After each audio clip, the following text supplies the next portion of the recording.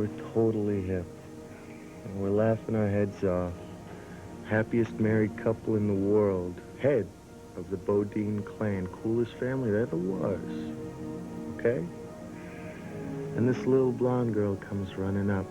And she says, Grandpa, tell us about your honeymoon. So I say, okay, I'll tell you. Your grandma and me, we just jumped into this old beat-up car, and we just started driving. No destination in mind. We ended up seeing the Everglades, Grand Canyon, Mississippi River, and Big Sur. And the whole time, Grandma was just taking all these pictures on her... What kind of camera, Grandma? Grandma. Oh, I forget what kind of camera it was, but your grandma took a whole lot of pictures. Little fingers just clicking away.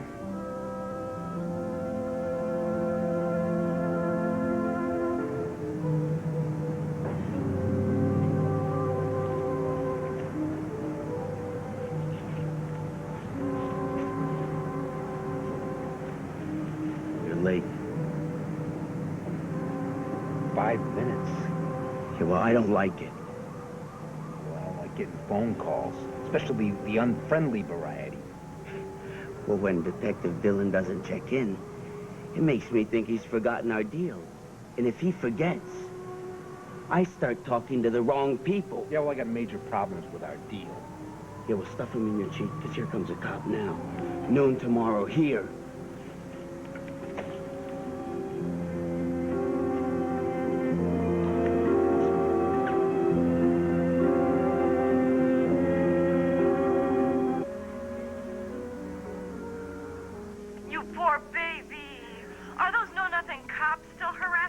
I'm a big boy. I can take care of myself. How are you hanging in there? Well, all I can do is think about you, darling. Why don't you let me, alibi you? I mean, they couldn't possibly prove that you were not here that whole night. Well, they should be able to prove it. I mean, that's why you're there, Janet. It's supposed to be checking up on you, making sure you sleep right, that you eat right. Yeah, well, they stuffed me like a Fiesta pig. I just can't sleep when I'm worried about you. You gotta sleep for the baby. No more of this all-night obsessing, okay? I can't help it. And, I can't take sleeping pills because of Amanda. You gotta get yourself under control here. Think about the baby. Don't go jumping off the deep end, no matter what happens.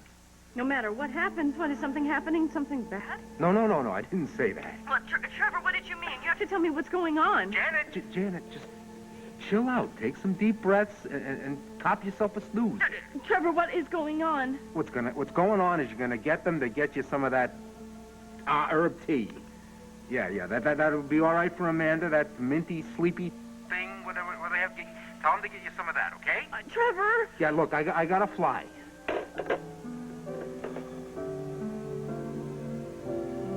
I must say, this is not what I expected.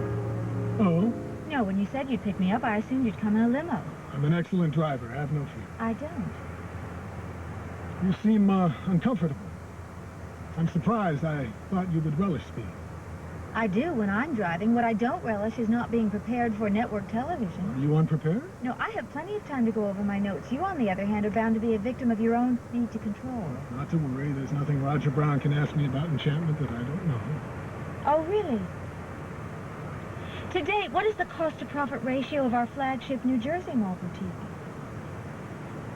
3 to 1. Oh. You did your homework. I always do. I'm impressed. Good. Now relax. I would rather talk strategy. Fine. Talk strategy. Well, the public is well aware of your recent attempted takeover, and now we have to reassure them of Enchantment's long-term viability. Yes, that's quite obvious. Well, in order to do that, I think we need to talk about rapid expansion. Wrong. Excuse me? Arrogant swagger is not the way to go, not in this economy, not after a takeover. An attempted takeover, a failed takeover. Whatever. Whatever? We have to take the honest approach. We have to talk about shoring up our mistakes and manage a smooth transition. There have been no mistakes, and there wouldn't be any transition if you had... You were saying? Your approach would certainly not be my first response, but I suppose it bears consideration. Good. Now, sit back, enjoy the ride, and consider it.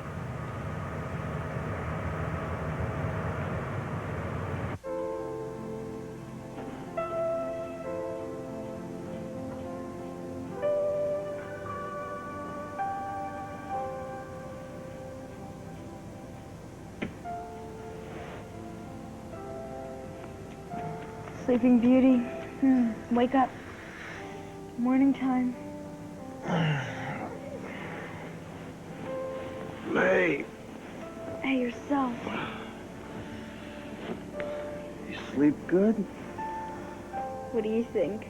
I didn't even move all night. Oh, neither did I guess. Think that means something?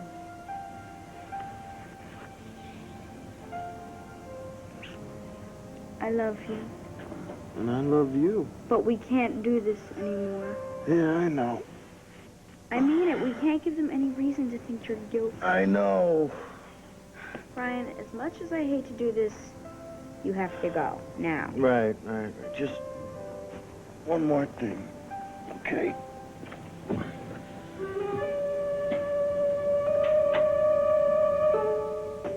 What are you doing here? I came for you. Look, Emily, I know what you're thinking, but this is not how it looks. You promised you'd be careful. Is this what you call being careful? How did you get in? The maid, but what does it matter? I'm here. Look, nothing happened. Really. He just fell asleep. He wasn't supposed to stay. We both fell asleep. It's okay, No, really. it is not okay, Brian. I was frantic. You should have called her. I called Terrence. I called the health club. I was going to call here, but what was I supposed to say? Is my husband sleeping with your daughter? That is not what happened. Wait, look, I'm here, okay? I'm fine. Nothing happened to me. Why are you still freaked out? You are on trial for killing her husband. Do you want the whole world to know you had a motive? Her maid, her cook, her Okay, bartender. all right, will you please just calm down? Now, it was stupid, yes.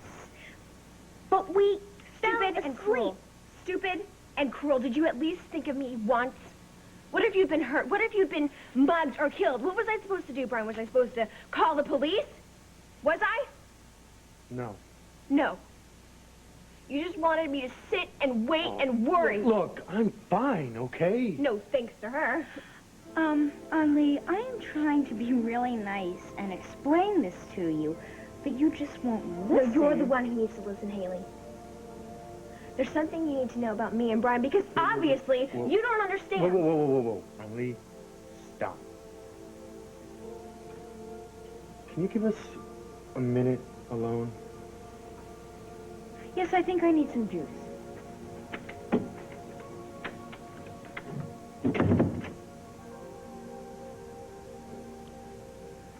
You slept with her. I know you did. Yeah. Slept, yeah. Made love, no. Brian, you went to bed with her. She was having trouble falling asleep, okay? I talked her to sleep, and I fell asleep in the process. Is that all right with you? The police would never believe that. Well, I don't care, because it's true. You don't care about anything except for Hayley. But she doesn't care about you, Brian. She only wants what she wants, when she wants, and right now she wants you back. Who cares if you go to jail, right? Look, just get off of Hayley, okay? I'm gonna tell her about it. Oh, okay. Now, you listen to me, okay? There is no us. There's just me and Hayley. That's all that matters. That's all that counts. You go telling her about us sleeping together. What's that gonna accomplish? It'll keep her from putting you in danger. No, it won't change a thing. We'll see about that. Look, no matter what you say, I'm still gonna love Hayley. You go and tell her about us, though, I'm gonna hate you. How can you say that? Because we're friends, right? And I've been a pretty damn good friend to you. You go tell her about us, and you're nothing to me. You got that? Will you please be quiet? You want the whole town to hear you? Now, what is this thing that you are just so hot to tell me?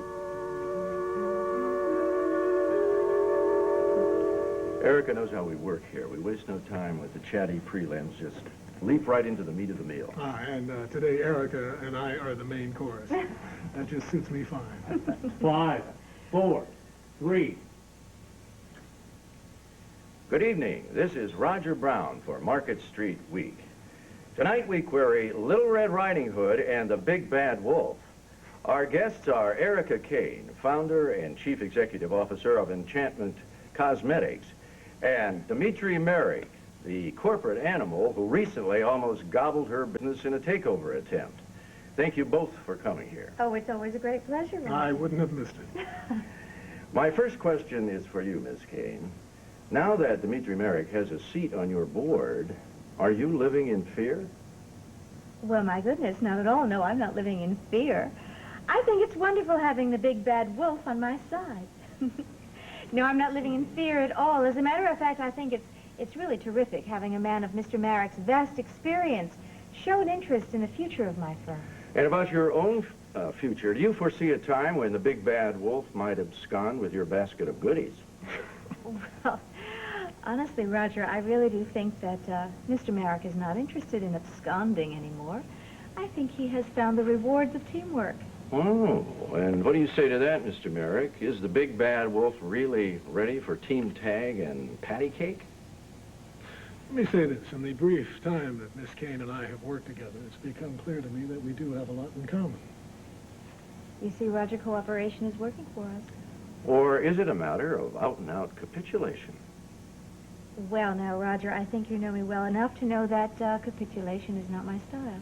Well, I know that your business style has always been, don't get mad, get even. No, my business style is adaptable. I always adapt to whatever will help my company at the time, that point in time, and I continue to be like that as long as I'm in charge. Well, I guess that's my basic question. How long will that be? Are you in charge now? And if so, do you fear becoming a figurehead? Of course I'm in charge. What do you say to that, Mr. Marick? Who's really in the driver's seat?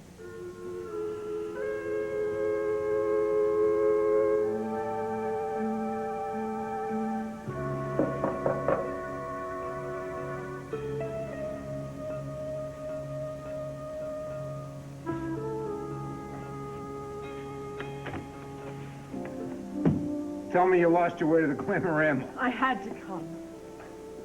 How am I supposed to take this? I talked to Jeremy. He's worried about you, and so am I. You'd think with all that Zen philosophy he'd learn to keep his mouth shut, but no. I'm very glad he told me. Trevor, if you're in trouble... No, I'm not in trouble. I'm just late for an appointment. Oh, please, would you let me help? I'll do anything. Anything, Trevor.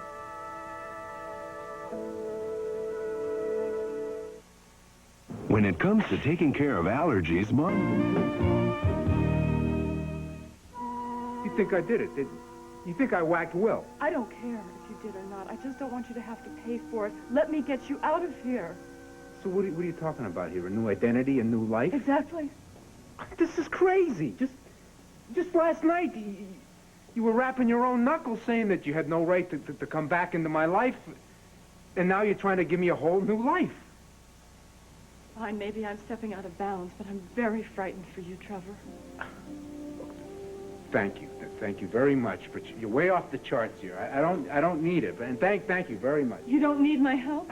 Look, you're a super dame. You're a great comrade.